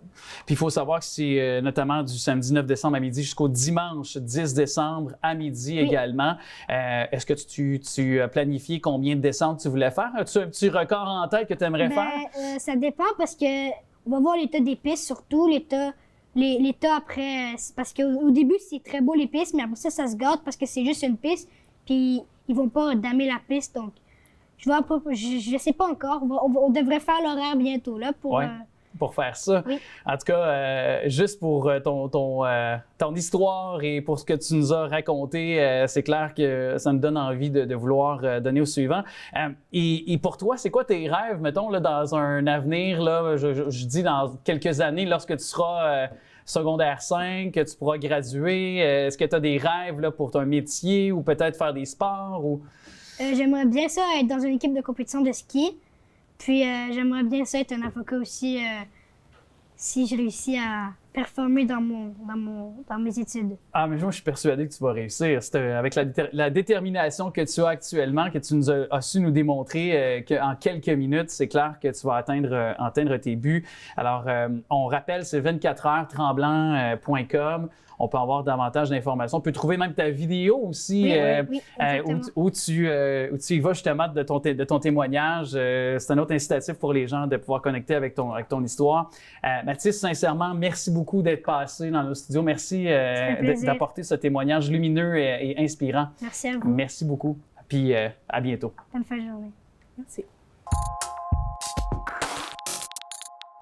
Merci d'avoir été là. Toujours un plaisir de vous savoir à l'écoute. Vous voulez peut-être qu'on aborde certains sujets. Vous aimeriez qu'on aille en entrevue, par exemple, certains des artistes que vous aimez ou des intervenants qui sont très actifs sur le territoire lavallois. Toujours une belle façon de le faire sur notre page Facebook de TVRL, notre site internet tvrl.ca. Vous voulez rattraper le contenu aussi, possible de le faire sur notre chaîne YouTube. Je veux remercier les artisans de cette émission. Il y a bien sûr Jacques qui contribue, Daniel, Simon, Alain, Normand, Lucette et aussi merci beaucoup à Sophie pour la recherche. Je vous invite à prendre part à notre bingo. C'est tous les dimanches 9h30. Une belle occasion de nous appuyer aussi. Cette semaine, 3 500 $, lot total, dont 2 300 $ pour la carte pleine. Allez, je vous dis à très bientôt. Salut!